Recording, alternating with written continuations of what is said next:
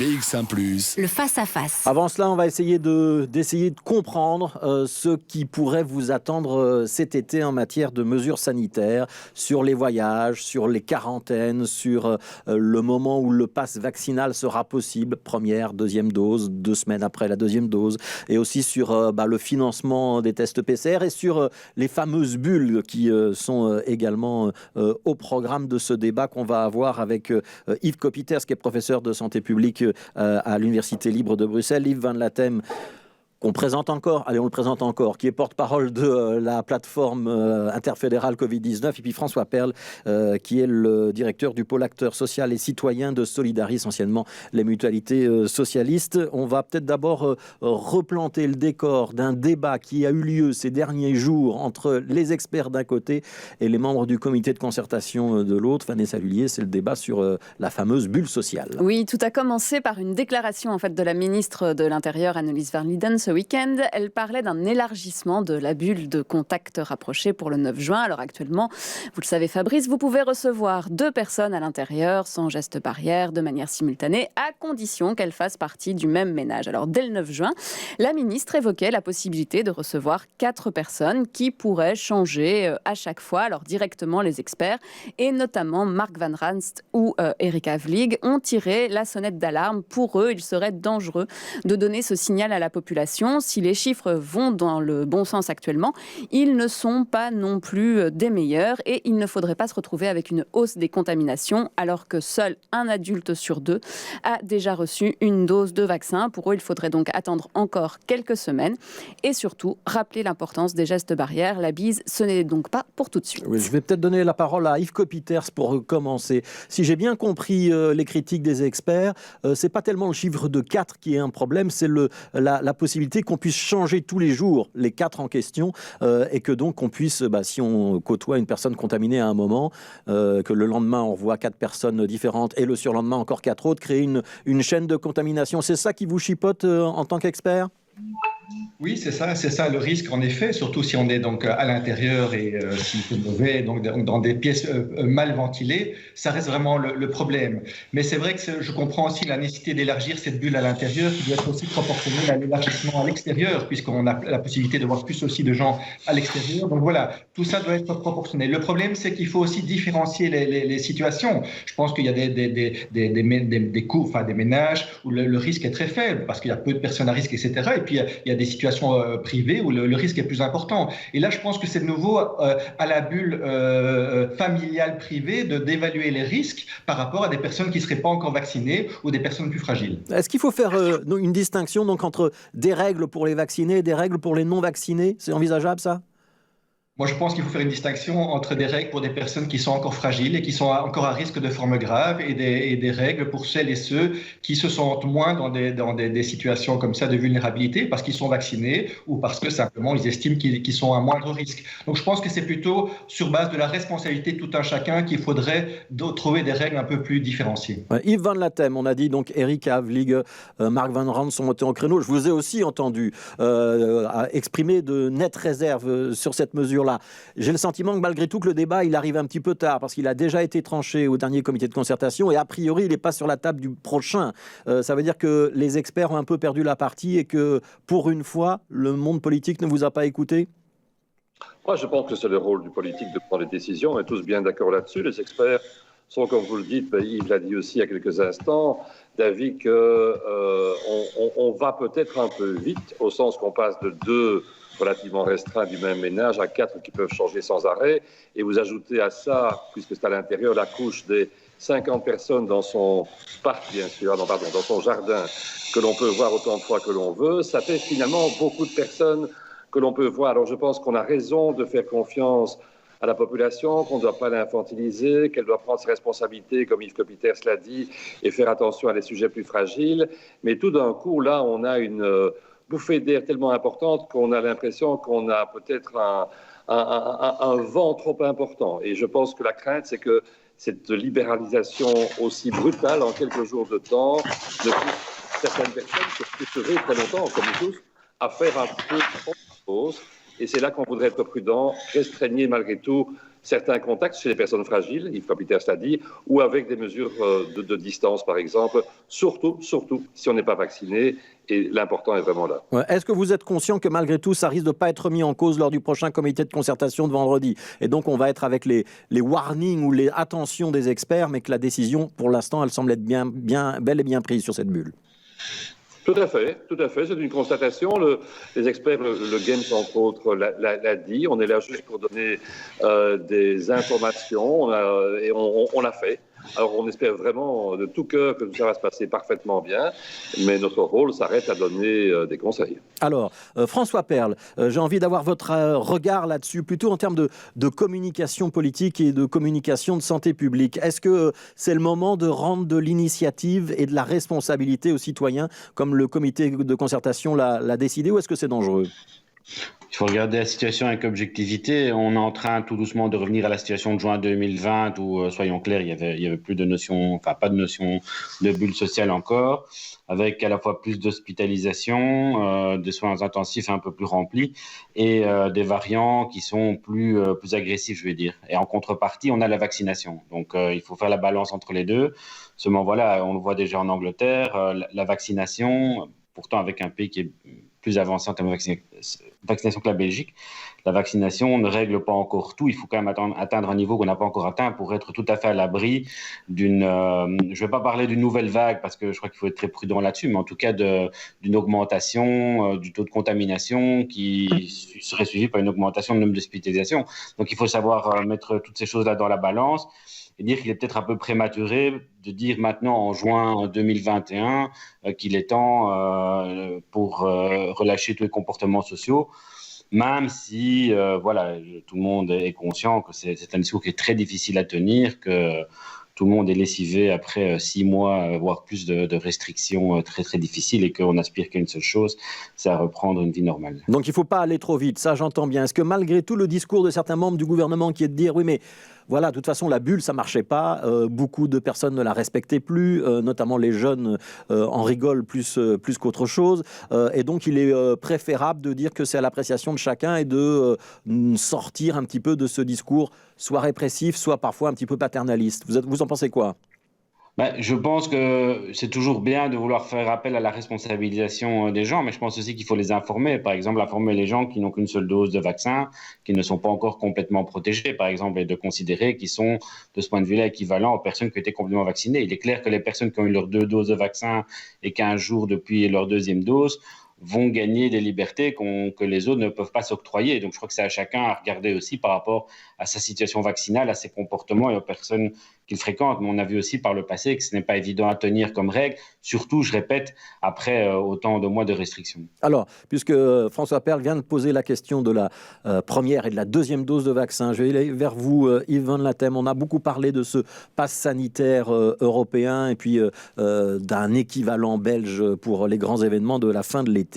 On aura le droit à être considéré comme détenteur de ce pass sans devoir faire des tests PCR quand on a fait 1 dose, 2 doses ou 2 doses et 15 jours après la 2e dose. C'est quoi la solution qui sera arrêtée par le comité de concertation vendredi ?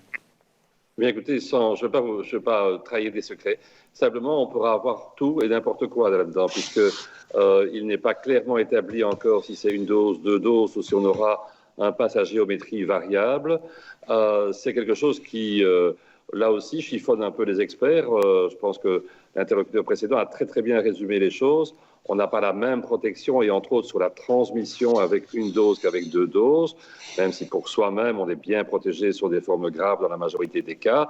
Et donc, le fait que l'on puisse accepter qu'une seule dose, c'est pas très loin de 2 doses, fait un peu frémir les experts. Je ne sais pas si ce sera retenu, mais ce n'est pas impossible. Ça ferait frémir les experts. Ça fait frémir Yves Kapiters aussi, cette idée ? Alors oui, bien sûr, sur un plan des transmissions, de la contamination, ça peut inquiéter. Maintenant, le problème, c'est que la deuxième dose, beaucoup d'entre nous ne l'auront pas avant l'été. Et donc là, il y a un problème, je dirais, transitoire, enfin une solution transitoire à trouver et peut-être une flexibilité pour cet été-ci, en attendant vraiment le fait que chacun ait le droit et la possibilité de sa deuxième dose. Ouais, alors, on va quand même faire un petit peu un point sur ce qu'on attend de la part du gouvernement lors de des gouvernements lors de cette réunion de vendredi, et puis les grandes étapes du plan de déconfinement telles qu'elles ont été présentées jusqu'ici. Donc, ce qui a déjà été dit, c'est qu'à partir du 9 juin, les restaurants pourront à nouveau accueillir leurs clients à l'intérieur, mais par table de 4 convives, donc maximum. Les personnes pourront rester jusqu'à 22h à l'intérieur, mais jusqu'à 23h30 à l'extérieur. Alors, cette mesure a notamment été prise pour que le public puisse voir les matchs de l'Euro de foot. Alors, en plus, à l'intérieur, les événements pourront recevoir 200 personnes et 400 personnes pour l'extérieur. Alors, cet assouplissement, il avait été conditionné au seuil de 500 patients en soins intensifs et 80% des personnes avec des comorbidités vaccinées. Alors, bonne nouvelle, c'est le cas puisque nous sommes à 443 patients en soins intensifs. Alors, le 1er juillet, la jauge pour l'intérieur passe à 2000 personnes et 2500 à l'extérieur, mais toujours avec masque et distance. Et puis, le 30 juillet, on augmente avec 3000 et 5000 personnes. Et enfin, à partir du 13 août, les événements de plus de 5000 personnes peuvent se tenir, mais avec le fameux pass Covid belge qui doit donc présenter soit une preuve de vaccination, soit un test PCR négatif.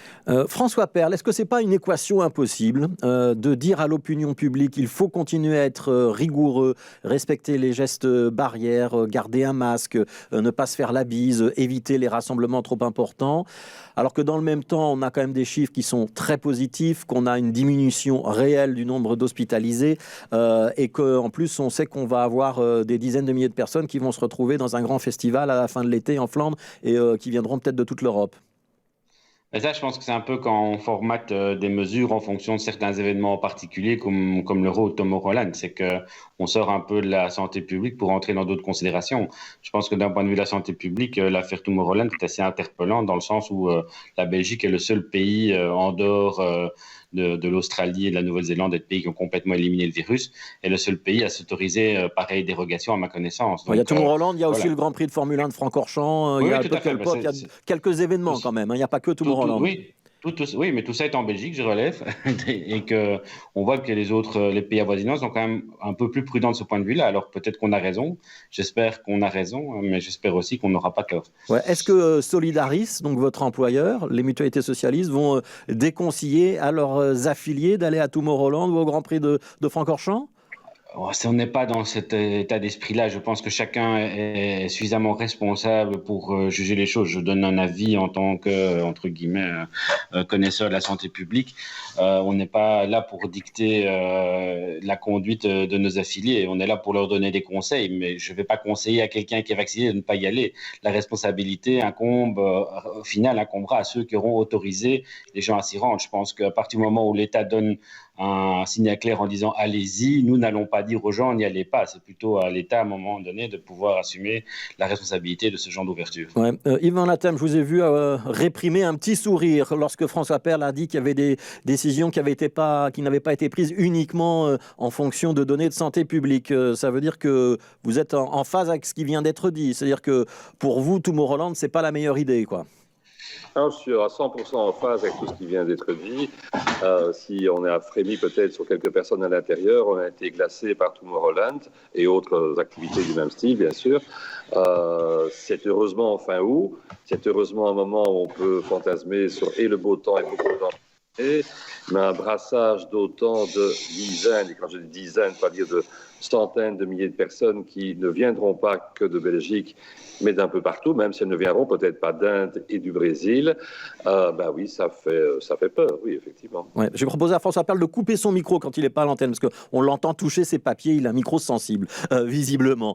Yves Copiters, il y a une question qu'on se pose quand même, et qui risque de revenir au comité de concertation de vendredi, c'est la question de l'heure de fermeture des établissements Horeca. Donc c'est a priori 22 22 heures alors que c'est plus tard en extérieur. Et puis on sait très bien que dans les établissements Horeca, on va quand même se retrouver pour suivre les matchs de l'Euro, surtout si les Diables Rouges font un bon parcours. Ce serait pas logique de dire qu'à l'intérieur, à l'extérieur, pour l'Horeca, on ferme à la même heure? Alors en tout cas, il y a un vrai message de prévention avec cette limitation à 22 heures à l'intérieur. Maintenant, sur un plan pratique, je ne sais pas du tout comment le secteur va s'organiser parce que ça va être très compliqué. D'abord, il va y avoir une compétition pour être plutôt soit à la terrasse qu'à l'intérieur, justement pour pouvoir avoir une soirée plus longue. Et puis, ça va être quand même très compliqué, je pense, pour les secteurs, le secteur. Donc moi, à titre personnel, je pense que cette hétérogénéité des heures d'ouverture va compliquer les choses plutôt que les faciliter, même si le message de 22 heures reste un vrai message de prévention. Donc 22 heures, en théorie, c'est mieux. 23 heures ou 23h30, en pratique, c'est probablement ce qui est le plus faisable. J'ai bien compris votre propos. Yves Van Latem, vous partagez ce point de vue ? Oui, tout à fait, tout à fait. Ouais. Alors c'est la fin de ce débat. Je voudrais quand même vous demander de tirer un petit peu d'analyse et de se décaler un petit peu, parce que ce que j'entends, et c'est quand même une évolution significative de la relation entre les experts et les politiques. On a eu le sentiment quand même que les experts étaient fort écoutés, alors pas toujours à 100%, mais fort écoutés depuis le début de la crise, et que cette fois-ci, sur la préparation de l'ensemble de ces mesures d'été, y a quand même beaucoup de malaise du côté des experts. Hein. Ça fait frémir, ça glace, sont les expressions qu'a employé Yves Van Latem, qui est pourtant un adepte de la litote d'habitude. Donc j'ai le sentiment qu'il y a quelque chose qui est en train de se passer. Je commence peut-être avec vous, Yves Van Latem. Vous avez le sentiment que le monde politique va vraiment trop vite cette fois-ci et qu'il n'est plus tout à fait assez réceptif aux recommandations que vous lui faites? J'ai l'impression qu'il y a un certain découplage qui s'est fait comme une boîte de vitesse. On a poussé sur la pédale d'embrayage et la transmission ne se passe pas de la même manière qu'avant. C'est un choix. C'est un choix d'une partie, je pense, du monde politique, peut-être pas de l'entièreté du monde politique. On peut le comprendre. Ce qu'on espère, c'est qu'effectivement, mais on insiste à nouveau, les experts ne sont pas là pour jouer, comme je l'ai dit récemment, les colonels et prendre le pouvoir, loin de là. C'est au pouvoir de le garder et de faire ce qu'il faut. Mais on espère qu'on ne débraye pas dans un tournant, parce qu'on sait que pour une voiture, c'est pas le bon moment quand on n'a pas un bon couplage entre le moteur et les roues dans un tournant dangereux. Ouais, pour qu'on comprenne bien, s'il n'y avait pas les variants donc indiens, anglais, dont on sait qu'ils sont beaucoup plus transmissibles que les versions initiales de ce coronavirus, s'il n'y avait pas des variants, vous seriez plus tranquille? On serait plus tranquille s'il n'y avait pas les variants et si on était 3-4 semaines plus tard. C'est-à-dire à un moment où la couverture par la double vaccination sera plus importante. Quand on regarde la courbe de vaccination, on se rend compte que maintenant, le deuxième vaccin commence à être administré de manière beaucoup plus fréquente, que la couverture par la deuxième vaccination, donc une full protection, sera là dans les semaines qui viennent. Et on est effectivement de nouveau à jouer à quelques semaines près. C'est ça et les variants qui nous font réfléchir et nous font avoir certaines craintes en espérant qu'elles soient non fondées. Ouais. Yves Copiters, d'accord avec Yves Van Latem, c'est une question de quelques semaines. On va quelques semaines trop vite? Oui, c'est possible. Et je pense qu'il faut retenir la leçon d'août dernier où les politiques aussi se sont détachés de l'avis des experts. Et c'est tout à fait normal lorsque les chiffres de l'épidémie diminuent. Mais je pense qu'ils risquent aussi de se faire rattraper par la possibilité quand même d'un rebond en septembre-octobre prochain. Et ça, c'est quasi inévitable. Donc attention à ce mois d'août qui doit quand même préparer et anticiper ce qui pourrait se passer lorsque il y aura un changement de saison. Ouais, quand vous vous exprimez comme vous le faites ce midi, et vous l'avez fait sur d'autres plateaux aussi, vous avez le sentiment que c'est une manière de mettre la pression sur le politique et qu'il y a encore une chance qu'ils vous entendent par l'intermédiaire de l'opinion publique qui vous entend? Alors, si c'est à moi que vous posez la question, oui, c'est à vous. Je pense que c'est un peu prétentieux si je le dirais. Non, pas du tout. On exprime notre avis de professionnels de santé publique et simplement, voilà, si on est écouté, tant mieux. Maintenant, voilà, de nouveau, c'est pas un bras de fer entre des experts et des politiques. C'est les politiques qui prennent la décision. Les experts donnent des conseils sur base d'éléments factuels, le plus possible. Oui, on va donner la conclusion de ce débat à François Perle. On va trop vite. Là, j'interviens comme observateur, puis je ne me considère pas comme un expert. Je vois simplement le parallélisme avec ce qui s'est passé en juin 2020. Le GIS avait préconisé un déconfinement un peu plus ralenti que celui qui avait été finalement décidé. Donc, on est à peu près dans la même situation. Je crois que pas grand-chose n'a changé de ce point de vue-là. Le politique veut aller plus vite que les experts. Je pense que c'est légitime sur un plan de la réflexion démocratique, puisque c'est le gouvernement qui décide. On verra dans le futur si la décision qui a été prise était la bonne.